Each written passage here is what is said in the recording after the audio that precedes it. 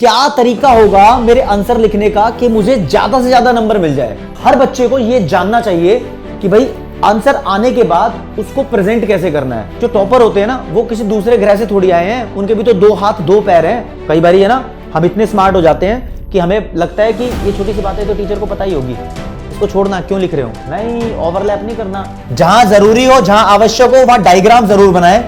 Diagram is most important या best way of representing your answer. Diagram जहां जहां जरूरत हो वहां जरूर बनाएं। जैसे जैसे एग्जाम का टाइम नजदीक आता है ना, तो हर एक स्टूडेंट के मन में यह ख्याल जरूर आता है कि अपने एग्जाम को मैं कैसे लिखूंगा, मतलब क्या तरीका होगा मेरे आंसर लिखने का कि मुझे ज्यादा से ज्यादा नंबर मिल जाए।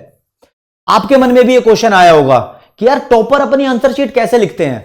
आखिर ऐसी कोई ना कोई बात तो होती होगी जो आंसर लिखने का तरीका टीचर को पसंद आता है और टीचर वहां पर फुल मार्क्स देते हैं। तो हर बच्चे को यह जानना चाहिए कि भाई आंसर आने के बाद उसको प्रेजेंट कैसे करना है, किन किन बातों का ख्याल रखना है अपने एग्जाम में ताकि उसके नंबर ना कटें और बच्चे को पूरे नंबर मिल जाए। आखिर यार जो टॉपर होते हैं ना, वो किसी दूसरे ग्रह से थोड़ी आए हैं, उनके भी तो दो हाथ दो पैर हैं। जिन बच्चों के कॉन्सेप्ट क्लियर हैं, उनके दिमाग में हमेशा आता है कि मेरे भी फुल मार्क्स आए। जिनके कॉन्सेप्ट क्लियर है उनकी बात कर रहा हूं मैं, उनको हमेशा लगता है कि मेरे फुल मार्क्स आए, लेकिन फुल मार्क्स क्यों नहीं आ रहे?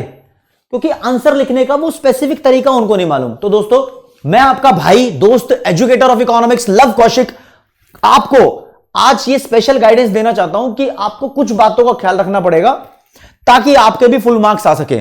पहले कुछ बेसिक बातें बताऊंगा, फिर कुछ हटके बात बताऊंगा। ये कुछ बेसिक बात है जो हर एक बच्चे को ख्याल रखनी चाहिए, बहुत हिंदी में लिखी हुई है ताकि आपको कोई प्रॉब्लम ही ना हो।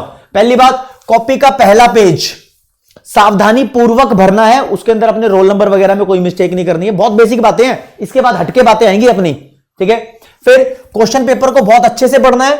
जो क्वेश्चन में सेक्शन होते हैं ना, सेक्शन ए, सेक्शन बी, काफी सारे पेपर ऐसे होते हैं जिसमें सेक्शन वाइज डिवाइड नहीं होता।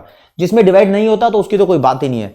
जो पेपर सेक्शन वाइज डिवाइड होते हैं, तो सेक्शन ए जब अटेम्प्ट कर रहे हो तो सेक्शन ए के ही क्वेश्चन सॉल्व करो, ऐसा ट्राई करो। फिर सेक्शन बी अटेम्प्ट कर रहे हो तो सेक्शन बी के ही क्वेश्चन अटेम्प्ट करो, ऐसा करो। अब लेकिन काफी सारे बच्चे सोचते हैं नहीं यार, फुल मार्क्स लाने हो तो मेरे को सीक्वेंस वाइज आंसर अटेम्प्ट करने पड़ेंगे। ऐसा नहीं होता। अगर सेक्शन ए में 15 क्वेश्चन पूछे हुए ना, तो 15 क्वेश्चन अटेम्प्ट कर दो। पहले 15वां किया है, बाद में 10वां किया है, फिर 5वां किया है, इससे कोई फर्क नहीं पड़ता। अगर आपने सही और परफेक्ट लिखा है आंसर तो पूरे नंबर मिलेंगे, कोई दिक्कत नहीं है। हां, अब इसमें तुम्हें प्रेफरेंस देनी पड़ेगी कि जो क्वेश्चन आपको पहले आता है ना, उसको पहले अटेम्प्ट करना। सीक्वेंस चलने के चक्कर में कभी कभी हम गलत क्वेश्चन पहले अटेम्प्ट कर देते हैं जिसमें हमारा कॉन्फिडेंस नहीं होता। तो नेक्स्ट है, जिसका उत्तर पता है उसे ही पहले लिखे और एक भी क्वेश्चन ना छोड़े। ध्यान रखना, कभी कभी शक होता है हमें अपना आंसर लिखने पे, यार पूरे नंबर मिलेंगे नहीं मिलेंगे, पूरे नंबर मिलेंगे नहीं मिलेंगे, और उस चक्कर में हम उस क्वेश्चन को अटेम्प्ट ही नहीं करते और ध्यान देते हैं उस क्वेश्चन पे जो हम लिख रहे हैं। लेकिन ध्यान रखो, जब भी तुम्हारा पेपर हो तो एक भी क्वेश्चन मत छोड़ना। चाहे तुम्हें उसका आंसर बिल्कुल नहीं आता हो, लेकिन ट्राई करना कुछ ना कुछ एस्टिमेट करने की, क्या पता तुम्हारा जो आइडिया है वो क्लिक कर जाए और आपको उस नंबर क्वेश्चन के नंबर मिल जाए, ठीक है। अब कुछ बच्चे होते हैं, एक क्वेश्चन का आंसर लिखा, उसके नीचे फटाफट से दूसरे क्वेश्चन का आंसर लिख दिया। नहीं, जब एक क्वेश्चन का आंसर लिखोगे ना तो उसके नीचे 2 लाइन का मार्जिन छोड़ देना। तुम्हारा कौन सा कुछ जा रहा है, आंसर शीट मिल रही है ना, आंसर हर एक क्वेश्चन के बाद कम से कम 1 या 2 लाइन का मार्जिन जरूर छोड़ना है, गैप छोड़ना है, तब अगला आंसर अटेम्प्ट करना है आपने, ठीक है। और जो आपके इंपॉर्टेंट वर्ड्स हैं, शब्द हैं या वाक्य हैं, उसको अंडरलाइन करना ना भूलें। साफ साफ हिंदी में लिखा हुआ, राजा बड़े काम की चीज है, बोलोगे तो पेन का कलर दूसरा कर लेता हूं तुम्हारे लिए, ठीक है। अब हो सके तो अच्छी हैंडराइटिंग लिखना, हो सके तो, मतलब जिसकी हैंडराइटिंग खराब है, अब ये मत सोचना कि मुझे बिल्कुल ही मतलब ऐसी हैंडराइटिंग लिखनी है कि हैंडराइटिंग ही अच्छी हो जाए, बस कॉन्सेप्ट गायब हो जाए। कॉन्सेप्ट पहली प्रेफरेंस, दूसरे पे handwriting. Try to write your words in the clear sense, कि टीचर को ऐसा ना लगे कि जो तुमने लिखा है वो कुछ और ही है, समझे।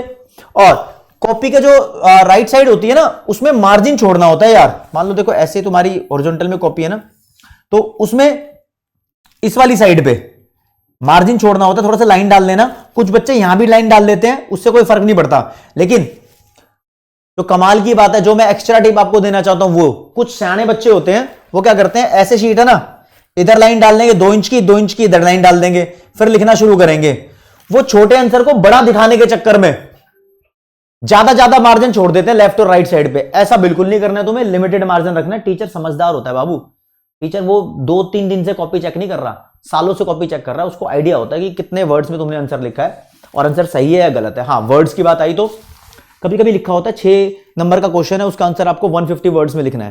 देखो हर जगह ये वर्ड मैटर नहीं करते। न्यूमेरिकल क्वेश्चन होता है, वहां थोड़ी 150 वर्ड में तुम सॉल्व करते हो। डायग्राम वाला क्वेश्चन होता है, वहां थोड़ी तुम 150 वर्ड में उसको एक्सप्लेन करते हो। ठीक है, मैथ्स में तो और ख्याल रखना है कि स्टेप बाय स्टेप आपको सॉल्व करना है। फॉर्मूला जहां नेसेसरी है वहां फॉर्मूला जरूर लिखना है। कई बार है ना, हम इतने स्मार्ट हो जाते हैं कि हमें लगता है कि ये छोटी सी बात है तो टीचर को पता ही होगी, इसको छोड़ना, क्यों लिख रहे हो। नहीं, ओवरलैप नहीं करना। टीचर तुम्हें नहीं जानता, टीचर ने तुम्हें कभी भी फेस टू फेस नहीं देखा।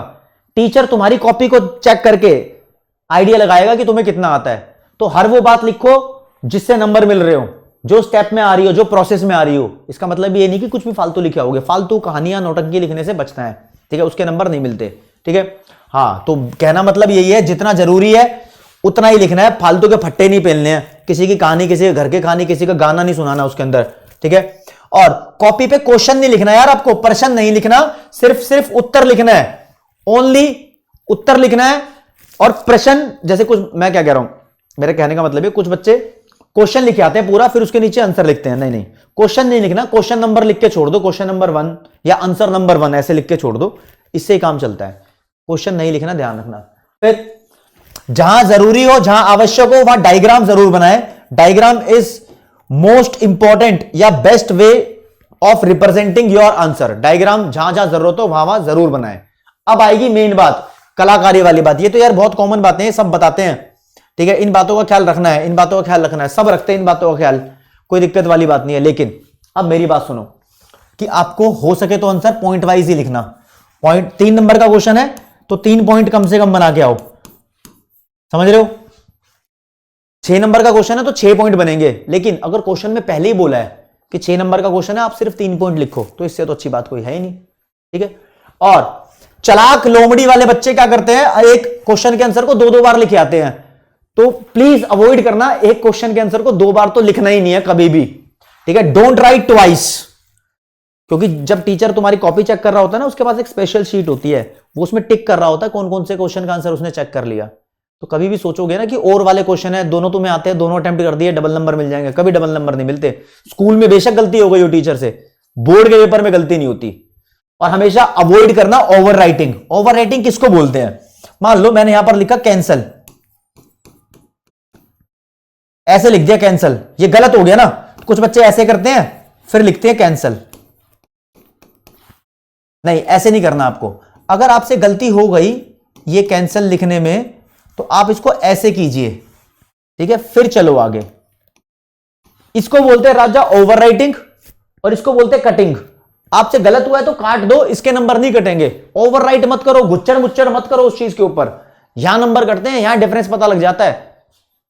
जब तुम्हें कॉन्सेप्ट भी आ रहे होते हैं ना, तो भी नंबर क्यों करते हैं यहां पता लग जाता है।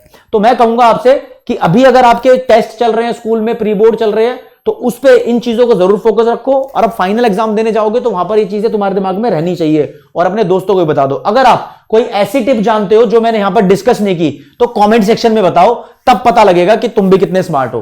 ठीक है दोस्तों, आज इतना ही। जय हिंद, जय भारत, नमस्कार, धन्यवाद।